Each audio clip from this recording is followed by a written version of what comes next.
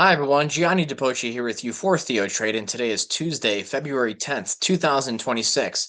Stocks are spinning their wheels again after a powerful two-day rally, and we're at a really important inflection point right now because yesterday and even earlier today, we saw the Dow Jones make another new all-time high, but the S&P could be stalling out here once again, and could be in the process of forming a lower high, and this matters a lot because the Nasdaq on last week's drop actually took out two previous important lows. We took out the low from December 18th and the low from January 21st. So the Nasdaq has already started to form some lower lows and lower highs. Now we're hanging out at the session's lows so far. There's a little bit more than an hour left in today's session.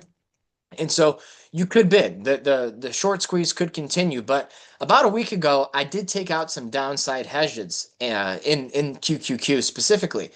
And so what happened over the last couple of days, you had this big squeeze because everyone rushed to protect themselves to downside for downside on Thursday and Friday. And the thing is that the long-term trend in the Nasdaq, the intermediate term trend in the Nasdaq is still up. And so when you're trading against the trend, the margin for error when it comes to timing is even smaller. And so now today you have semiconductors starting to lag, sell off a little bit. They were kind of neck and neck with the S&P. Now they're down more than the S&P. You take a look at the Dow here, like I said, new all-time high. You have a very wide case now of bearish divergence, okay, in price from the RSI indicator. On its own, this is not a reversal signal, but a lot of times when a market is forming an important top, you will see this signal. And it depends on where you are in certain cycles that I track. And it just so happens to be that we're very late, not just by the cycle count itself, but by the leadership that we are seeing, because the top performing sector in the market last week was no other than consumer staples. It was up more than 5% last week.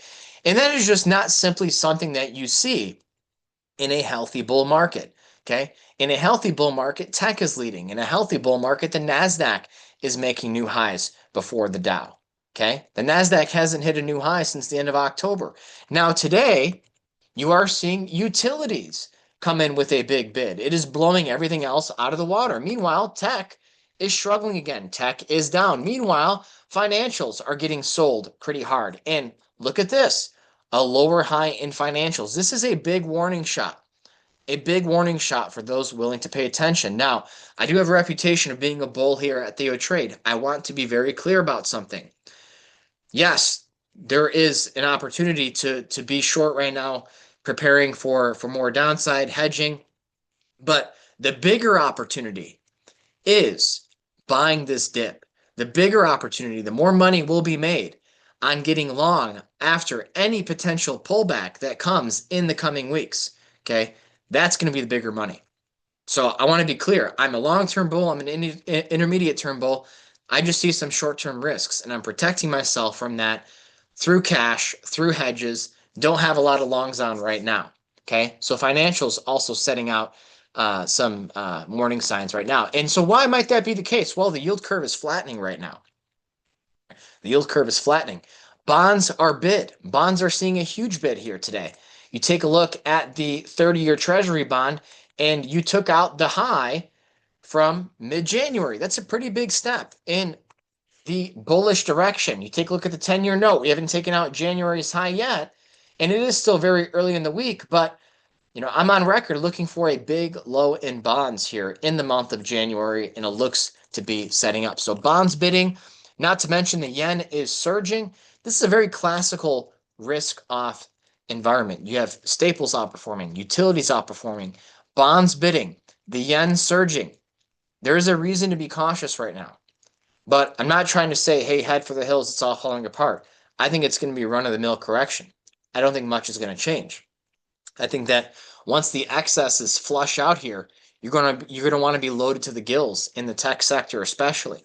Okay, so again, reason to be cautious right now. Don't be shy to be in cash. Take a look at some other markets. Bitcoin, Ethereum. I don't think the drop is over there. I'd like to see Bitcoin drop to 50,000. Then maybe we can start looking at a bottom. Still have some major issues on this front near term. Ethereum also looking a bit heavy. Wouldn't be surprised if Ethereum came back down to retest this low from April.